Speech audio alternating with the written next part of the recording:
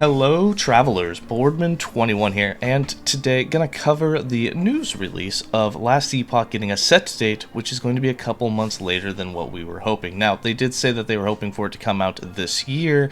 We were all assuming that would be early December. However, now we have a set date of February 21st, 2024, which is a couple of months after that. The reason for those pushes back, I'm assuming it's for bug fixes, for higher quality, not to compete with a lot of other games, is what they state.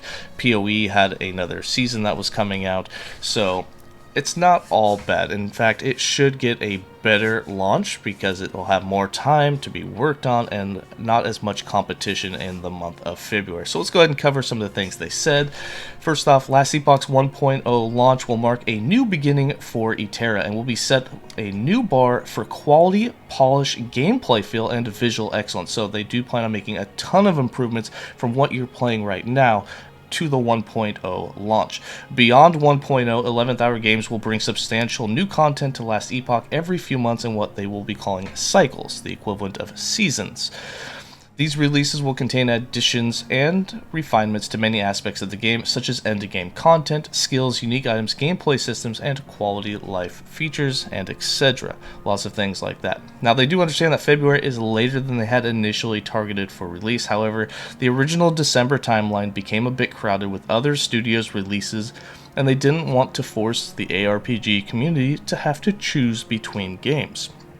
By moving the date, they will also have the advantage of a few more months to polish some of the new systems, the new classes, because we are getting the two new masteries. We'll be getting the Warlock and the Falconer.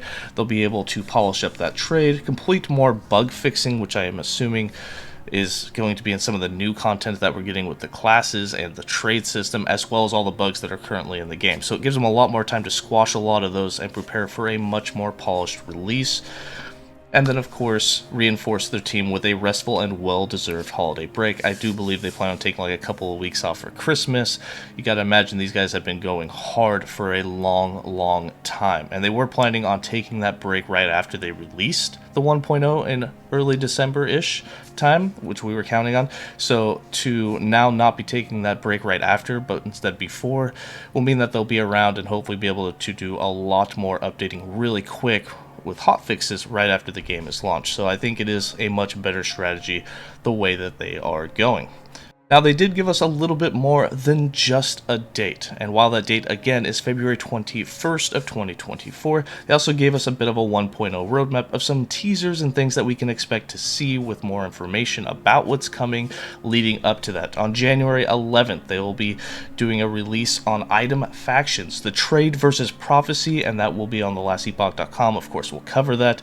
Then, of course, on January 25th, there will be a Warlock preview. February 8th, we'll have a Falconer review, and then on February 21st, we will have launch day.